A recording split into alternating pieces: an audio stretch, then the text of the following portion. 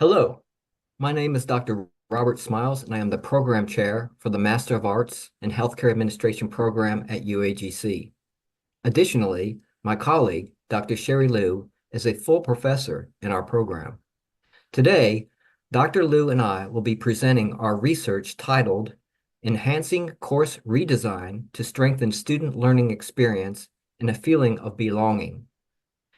This is today's agenda for our presentation.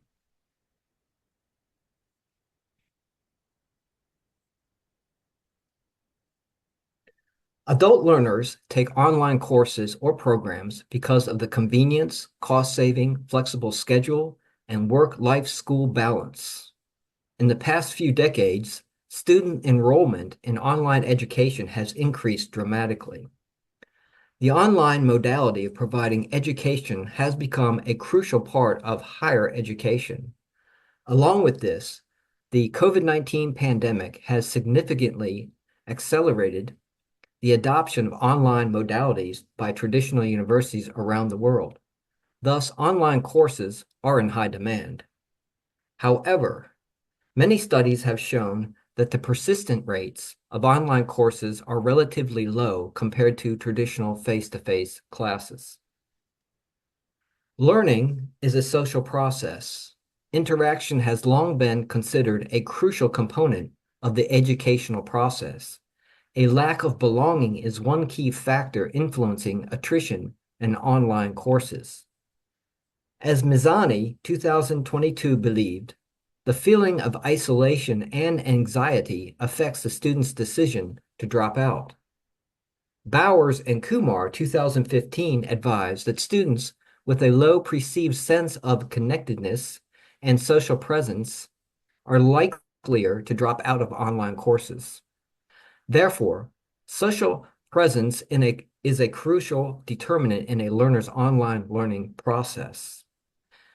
With this said, we as educators must redesign our course rooms to enhance student engagement and social presence. Consequently, this will strengthen the students' feeling of belonging and improve their course completion rates and ultimately graduation rates.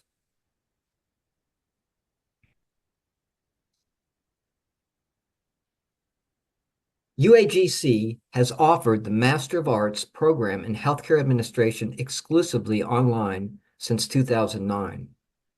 The previous version of our course rooms included 1 to 2 discussion boards per week and 1 assignment paper per week. With that said, we implemented the redesigned MHA 616 course in June 2013. Many of the discussion boards and assignments in this revised course are case-based scenarios. We included multimedia presentations for Post Your Introduction in Week 1. Within the Week 2 assignment, we included Information Technology Governance to enhance students' oral communication skills. In Week 4, we included peer review discussion boards. Lastly, we incorporated the HIPAA training from OSHA Academy as the Week 5 learning activity. The question would be, why did we make these changes? Active learning is a teaching approach involving students actively participating in the learning process. Active learning can engage learners' higher order thinking skills regarding affective, cognitive, and practical domains, as opposed to through the traditional lecture-based teaching modalities. Examples of active learning activities include case studies, debates to encourage students with the course material through discussions with peers, games, group projects, peer teaching, role-playing, simulation, and other application activities. Education research shows that incorporating active learning strategies into the course room significantly enhances student learning experiences. Dr. Sherry, the floor is yours. Thank you so much, Robert. Next, I would like to discuss about our research methodology and our research questions. We use a mixed methods research design to collect the data from the multiple sources. Data sources include quantitative analysis, artifact in the course, instructors' observations, Power BI data, the university's standardized annual course survey, and 2 in-house questionnaires, one for the students and another for the instructors. After we collect the data, we try to understand the color version or the old version if there is any difference between students' perception and their experience. And we also would like to know if the student in a revised course learn anything differently, or are there any different levels of satisfaction between students taking the old version and the revised course. And finally, we would also like to know if there are anything we need to do for our future course revision. We sent out 337 in-house student surveys, but only 48 students responded to the survey. And so actually we administrate 2 in-house survey by the end of each course to those students who had enrolled in this study course from June 27, 2023 to June 18, 2024, and those instructors who taught this course during the same period. Since the instructor did not have any negative comments, we prefer to just present the survey result from the student survey. And as I just mentioned, we only received 48 students responded to the survey, which resulted in a 14.2% response rate. So now let's take a look at the results.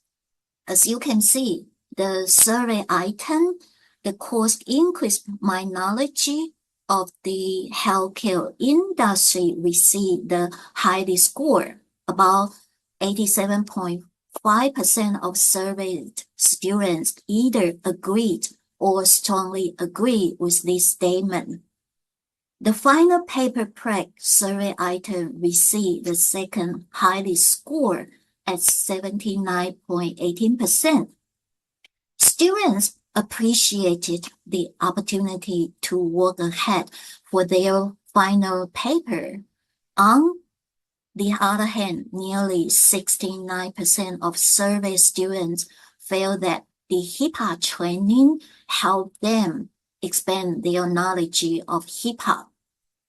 We are not surprised by this result because most of our students had worked at healthcare organizations.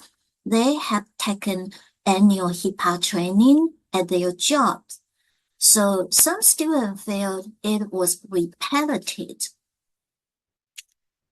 We also collected students' verbal comments.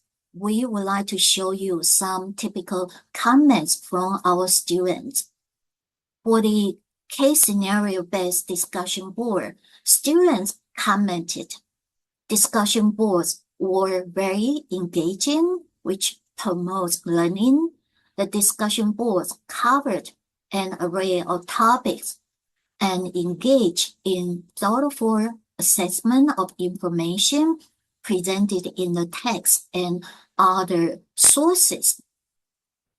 Some students don't like V2 assignment to create a video presentation because they are afraid of public speaking, or some may not have the proper technical skills to complete a video presentation.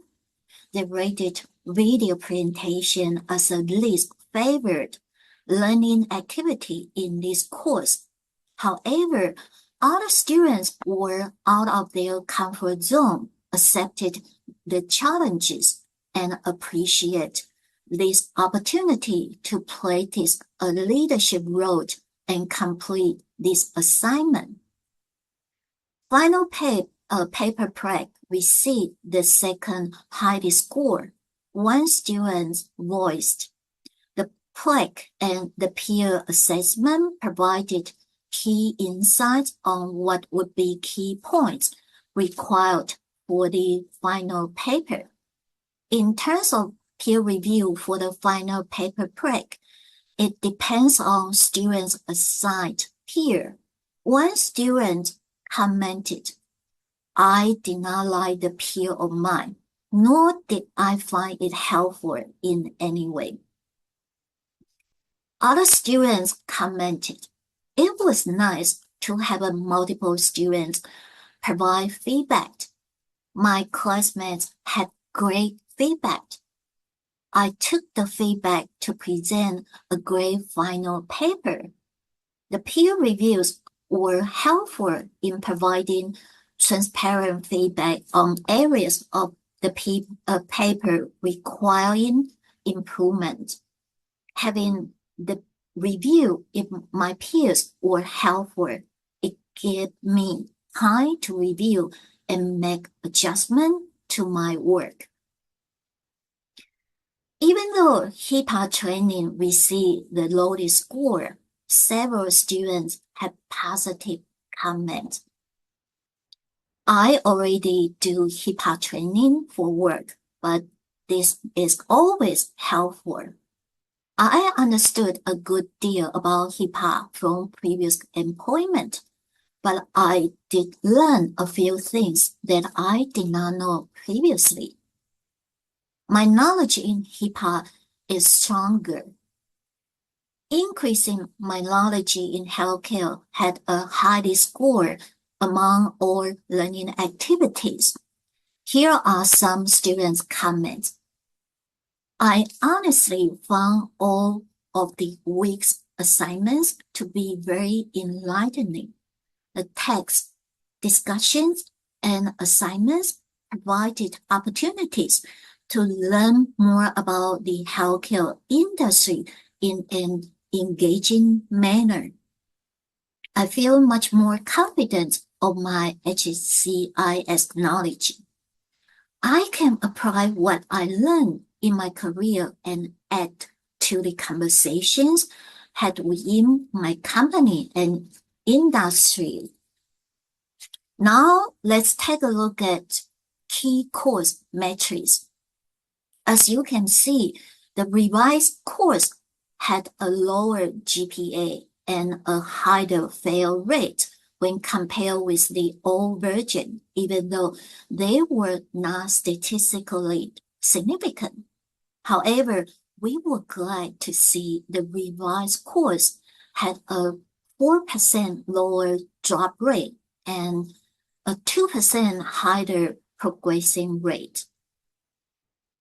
Since we have had a pool of faculty teaching this course, we only included the classes from 5 instructors who had taught both years to examine the annual course survey data.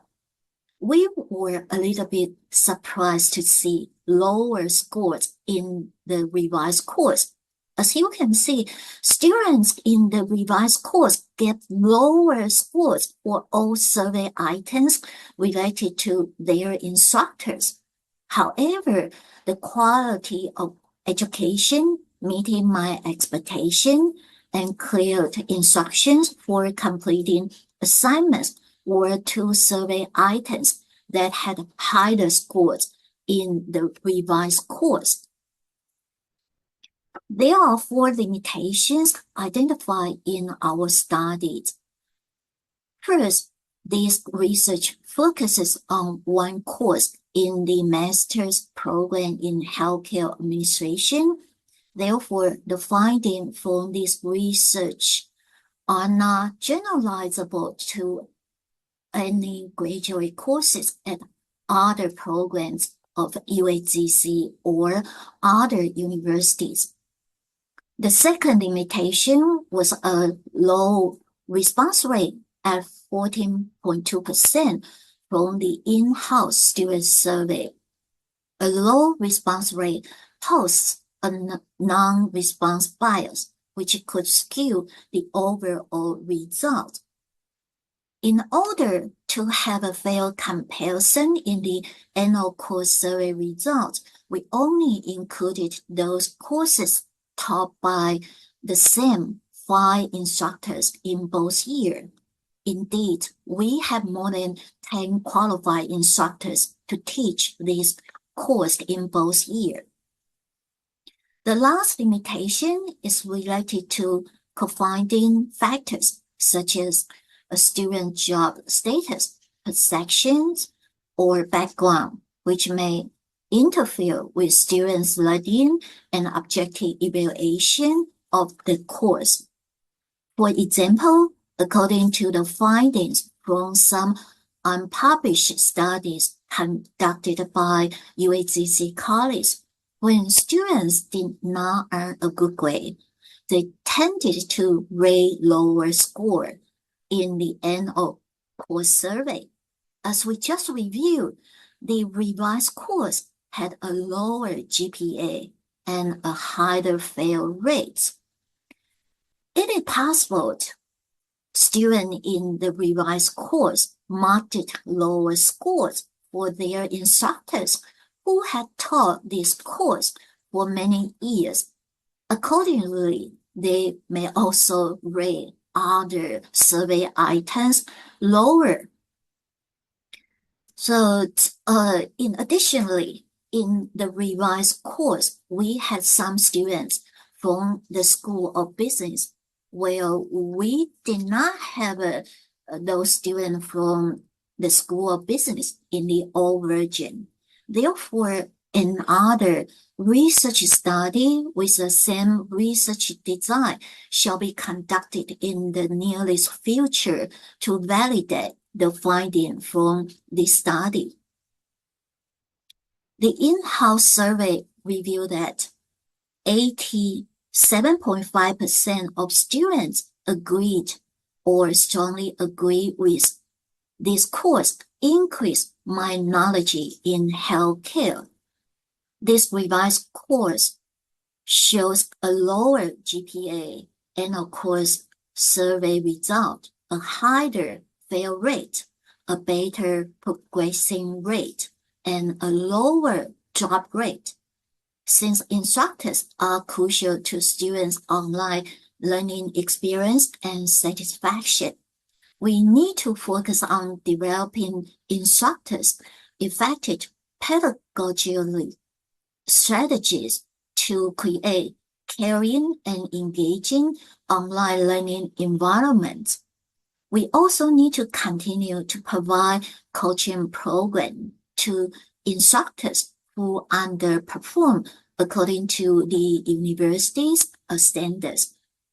By doing so, we can strengthen students' learning experience and their feeling of belongings. Thanks for watching our presentation.